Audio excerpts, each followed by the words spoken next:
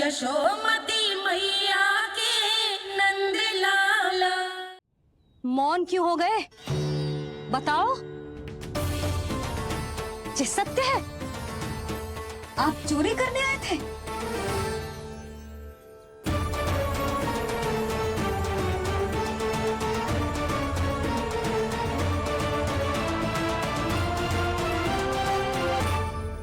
बच गए। बच गए। आप तो मेरे मायके से भी ना आए हो, है ना? आपकी इतनी सेवा की मैंने, आपकी औषधि, आपका भोजन, ये सब किया मैंने। आपको अपने पिता के समान माना और मेरे स्नेह के बदले जेल लौटाया आपने। आपको तनिक भी लज्जा ना आई? आपने मेरी ममता का उपहास उड़ाया है। एक स्त्री की भावनाओं का अपमान क्यों है आपने?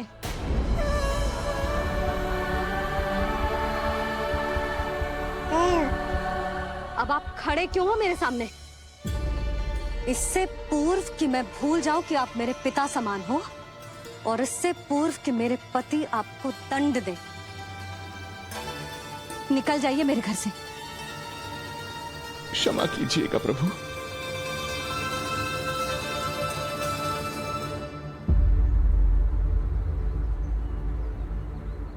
इसे ऐसे तो नहीं जाने दे सकते ना नंद। इसके कर्मों का कुछ तो दंड देना होगा इसे। दंड में लगो भैया, कंस देगो दंड देने। जब ये असफल उसके सामने पहुंचेंगे,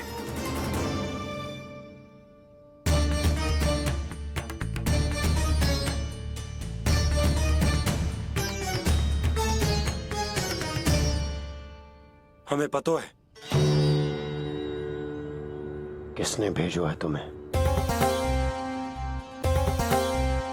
हो सके तो मुझे क्षमा कर दीजिएगा नंदराज।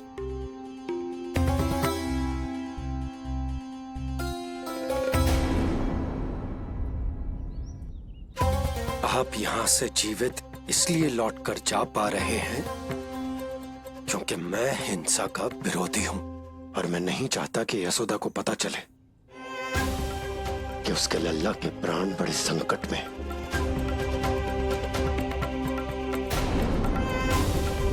पर अब ध्यान रहे महाराज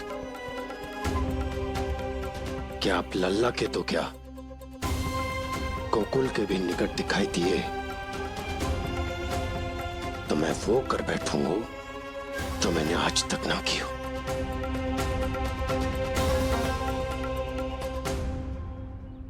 मैं क्षमा प्रार्थी हूं महाराज।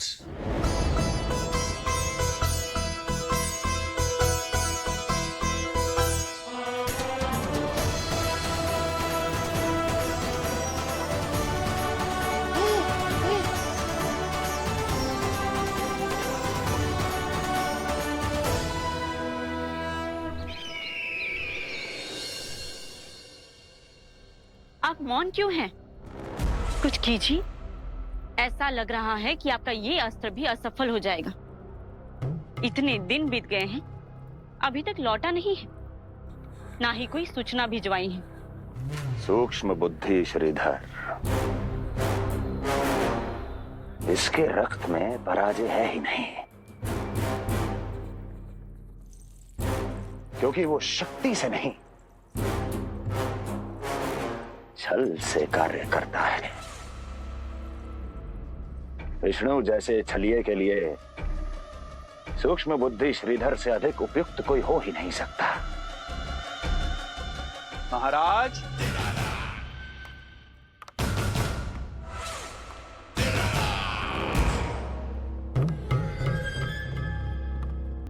जिसे आप छलिया समझ रहे हैं महाराज, वो तो सृष्टि के रक्षक हैं, पालनहार हैं वो तो।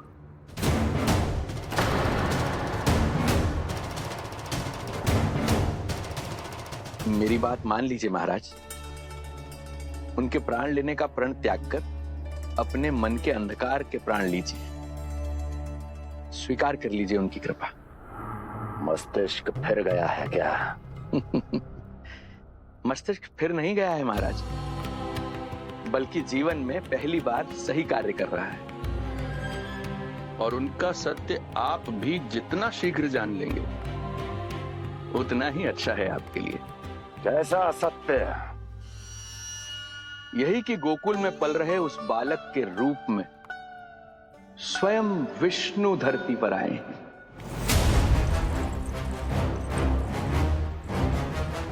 यदि तुम ये सत्य जानते हो तो हत्या क्यों नहीं की उसकी?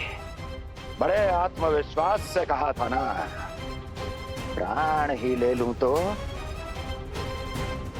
अब क्या हुआ?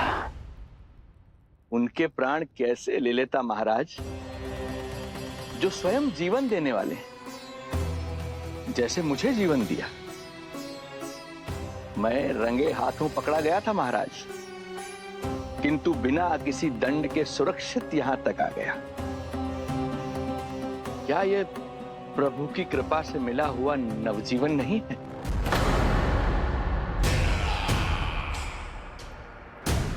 ये आपके सामने आपके शत्रु का गुणगान किए जा रहा है और आप अभी भी मौन हैं।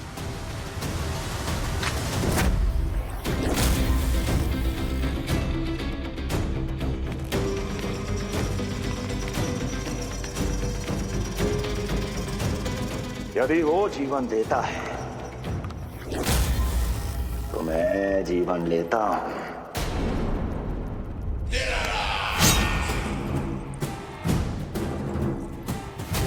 अब तेरा जीवन लूंगा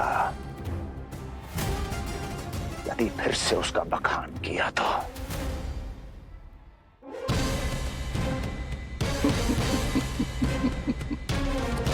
महाराज, आपकी इस तलवार का भय अब मुझे सत्य कहने से नहीं रोक पाएगा। श्रीधर, इससे पहले मैं भूल जाऊं कि तू गुरु शुक्राचार्य का शिष्य है और मेरा पुराना मित्र है, चला जा यहां से।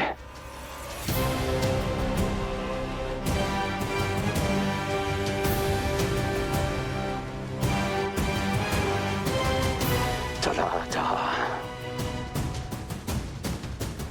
ओम नमो भगवते वासुदेवाय।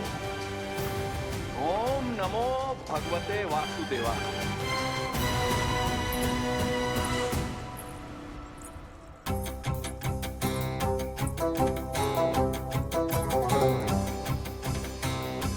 अब आप क्या करेंगे महाराज? आपकी ये चाल तो असफल हो गई। कैसे कैसे असफल हुई मेरी ये चाल अस्ति? इसे विष्णु के अवतार का सत्य पता करने के लिए ही तो बुलाया था मैंने, और वो सत्य मेरे सामने है कि विष्णु का अवतार कौन है और कहां है।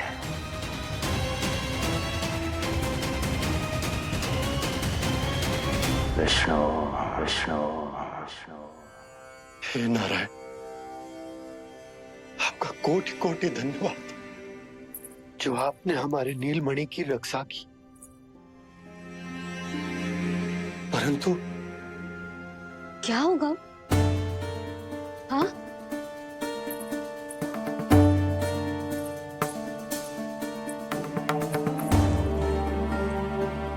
मुझे बताओ तो सही,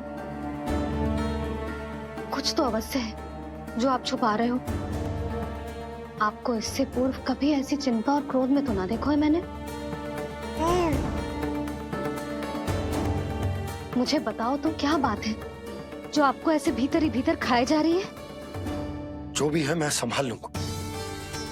बात को समझो यशोदा, मैं तुम्हें ना बता सकता। आप अपनी पत्नी को भी ना बता सकते? मैं अर्धांगिनी हूँ आपकी, मुझसे तो साझा करो। हो सकता है आपका दुख, चिंता, आपकी पीड़ा बांट पाऊं मैं। बताओ तो क्या हुआ है? सब बात तुम्हें बताऊं जो आवश्यक ना है यशोदा।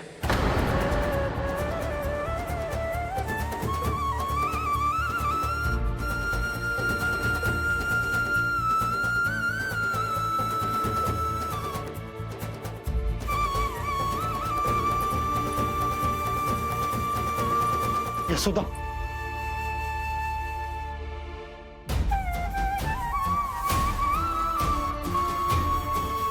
जब पति अपने मन का रहस्य अपनी पत्नी से भी साझा न कर सके तो उनके एक दूसरे से बात करने का लाभ है क्या?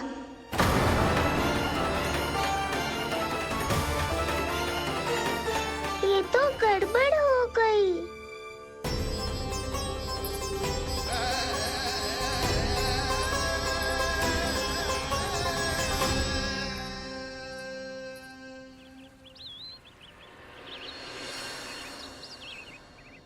अब जे आएंगे और अपनी मीठी मीठी बातों से मुझे मनाने का प्रयत्न करेंगे।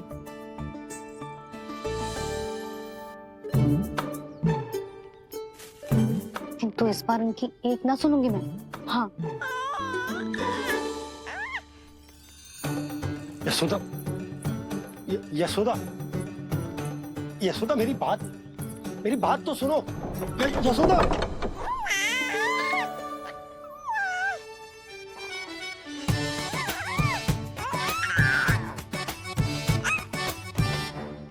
तू क्यों मुस्कुरा रहा है? तेरी मैया को मनाना आता है मुझे, तो बस देख तो जा।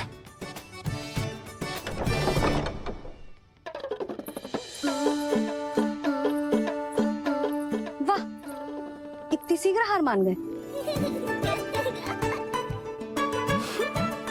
तू क्यों मंद मंद मुस्कुरा रहे? क्योंकि आपका क्रोध भी बड़ा मनोहर है मैया।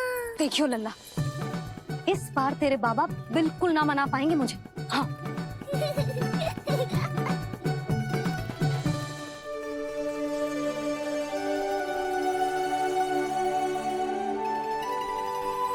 जे मथुरा से लेकर आयो, पहनकर दिखाओ ना।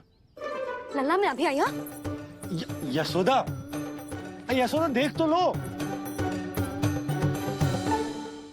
बाबा, वस्त्रों और आभूषणों से कुछ नहीं होने वाला।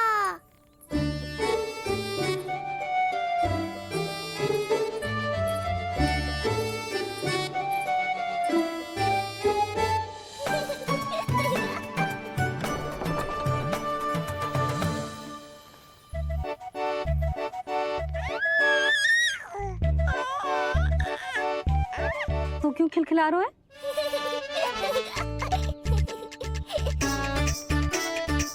मैं तो बस इसे संभाल कर तू चुप कर लल्ला।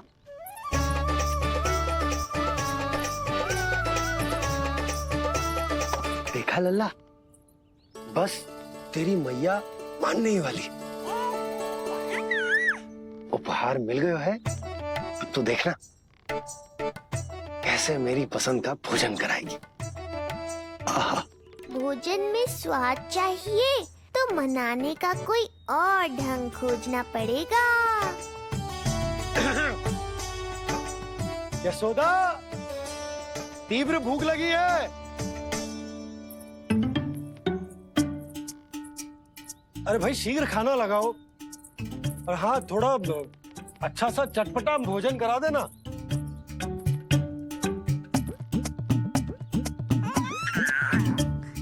अब देखना अच्छे अच्छे पकवान लेकर आएगी।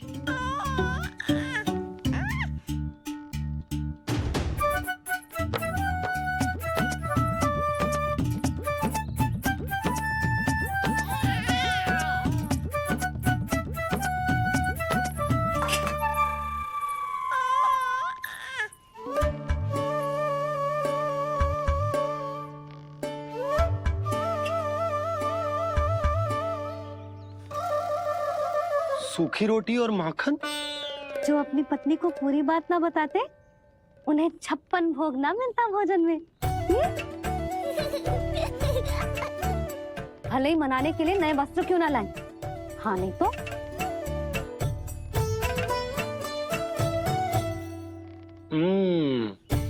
वाह, ये सूखी रोटी और माखन में भी क्या स्वाद है। बस भोजन के साथ तुम ऐसी दो मीठी बातें कर लेती तो आनंद आ जाता। आनंद तो कछुआ पतियों को अपने पत्नियों से बातें छुपाने में भी बहुत आता है लल्ला। देख लल्ला, जब तू बड़ा हो जाएगा ना तो अपनी जीवन संगनी से सब कुछ बताइयो, कुछ भी छुपाइयो मत।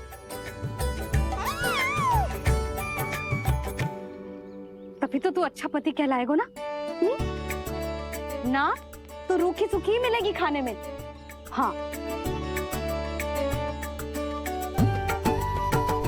अब तक तो चुप्पी साध कर बैठी थी, कम से कम ताना तुम्हारा।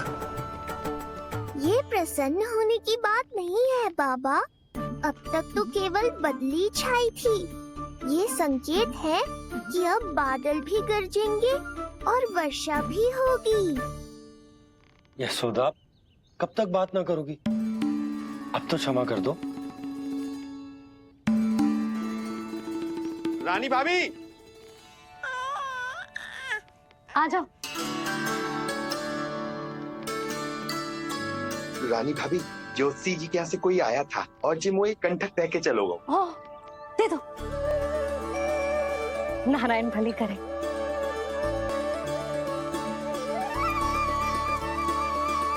कंठक किस लिए? तुझ पर इतने संकट आ रहे हैं ना लल्ला, इसीलिए ज्योतिषी जी से कह के ये यंत्र वाला कंठक मंगवाया तेरे लिए।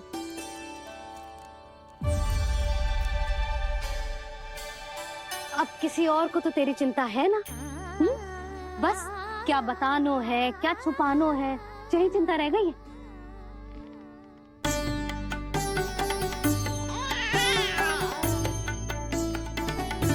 यशोदा, चिंता मुझे भी।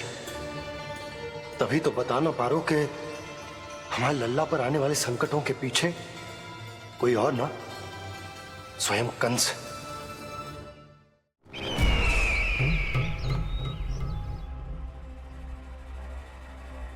और उनका सत्य आप भी जितना शीघ्र जान लेंगे उतना ही अच्छा है आपके लिए।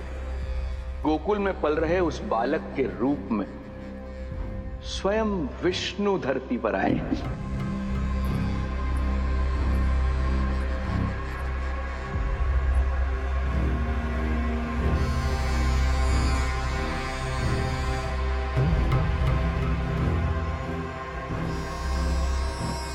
स्वामी, लगता है रात्रि भर नींद नहीं आई है आपको। पूतना मारी गई, श्रीधर भी गया, केवल इसलिए कि आप देवकी और वसुदेव के समक्ष दुर्बल पड़ गए। संतानों के जन्म के लिए आपने उन दोनों को जीवित छोड़ दिया। आपसे छल करके वो दोनों आनंद में हैं और आप सही से विश्राम तक नहीं कर पा रहे हैं।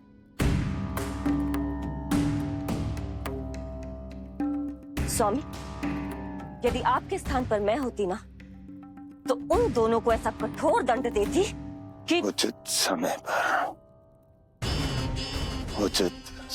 पर हस्ती है। पहले मैं उन दोनों के उस मायावी बालक का वध करूंगा, फिर उन दोनों को अपने पैरों के तले कुचल दूंगा मैं। किंतु जब तक ऐसा नहीं होता तब तक उन्हें जीवित रहना होगा, क्योंकि उस शिशु विष्णु के विरुद्ध वो ये दोनों मेरा सुरक्षा कवच है।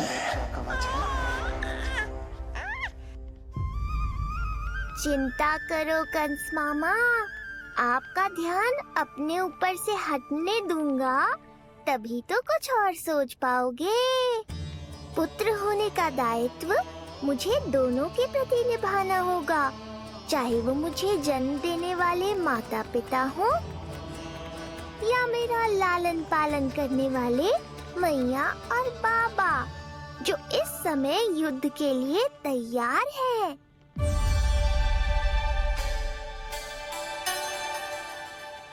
कम से कम मुझे बता तो देती, ज्योतिषी से परामर्श ले रही हो, मैं ले चलता तुम्हें।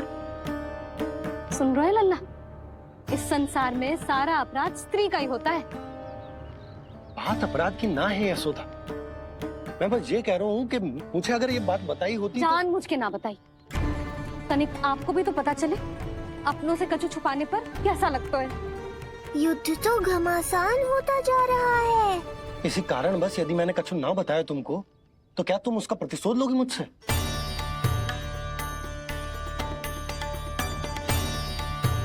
हे नारायण, ये क्या कहना चाहते हैं? क्या इतनी कठोर हूं मैं? लल्ला के लिए एक छोटा सा निर्णय तो लियो मैंने। अपने लल्ला पर क्या इतना भी अधिकार ना है मेरा? अब क्या हर बात पर अनुमति लेनी पड़ेगी मुझे? इससे पहले कि ये आंसुओं की वर्षा क्रोध की आंधी में बदल जाए, मुझे ही कुछ करना होगा। यशोदा, मेरे कहने का अर्थ। यशोदा, बात तो सुनो। सुनने को बचो क्या है अब? आप बस कृपा करके मुझे उन सभी बातों की सूची दे दो जिन जिन के लिए मुझे आपसे आज्ञा लेनी है। उठना, बैठना, खाना, पीना सब आपसे पूछ कर ही करूंगी अब। अरे आप बोलो तो। क्या हुआ? देखो आपने।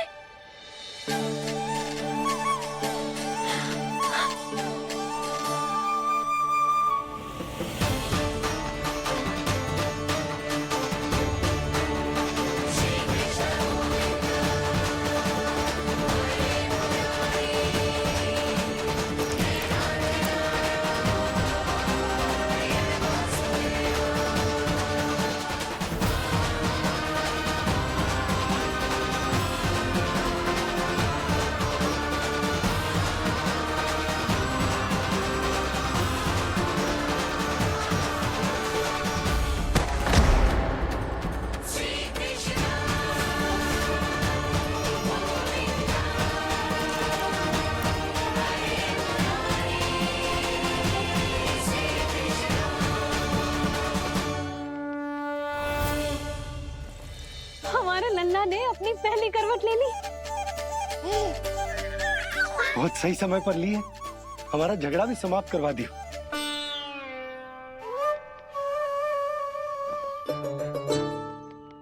यशोदा भाभी, तुम दोनों ने क्षण भर की देरी कर दी। अभी लल्ला ने पहली करवट ली है। हाय, सच्ची? अब भूला जानकी, तुम पूरे गोकुल में मिठाई बंटवाओ। गोकुल के राजकुमार ने आज पहली करवट ली है। हाँ। और यशोदा, तुम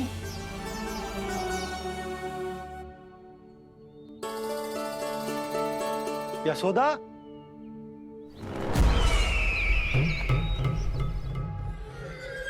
कौन था वो? कहाँ गया? है? कोई तो है यहाँ। ये आप क्या कर रहे हैं स्वामी? कोई तो था, किसी ने तो मुझे धक्का दिया है। ये संभव नहीं है महाराज। इस कक्ष की सुरक्षा इतनी कड़ी है कि एक चींटी भी बिना सुरक्षा जांच के भीतर प्रवेश नहीं कर सकती। किंतु ऐसा हो सकता है जब वो विष्णु अपनी माया का प्रयोग करे।